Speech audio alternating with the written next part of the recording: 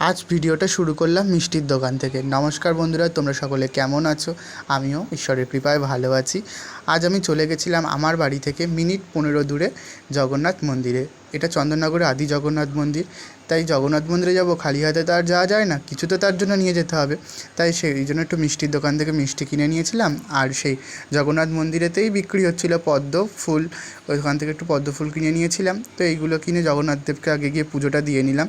তো তারপরে জগন্নাথ দেবকে পুজো দিয়ে নেওয়ার পর আমরা পাশেই ছিল রাধাকৃষ্ণের একটা ঘর, সেখানে আমরা রাধাকৃষ্ণকে প্রণাম টনাম করে নিয়ে বাইরে এসে জগন্নাথের কাছে বেশ অনেকক্ষণই আমরা একটু দাঁড়িয়েছিলাম, কারণ এত সুন্দর পরিবেশ, বেরোতে ইচ্ছা করছিল না। তো তারপরে বেরোলাম, বেরিয়ে এত সুন্দর একটা মেলা বসেছে, মেলাটাকে একটু দেখলাম।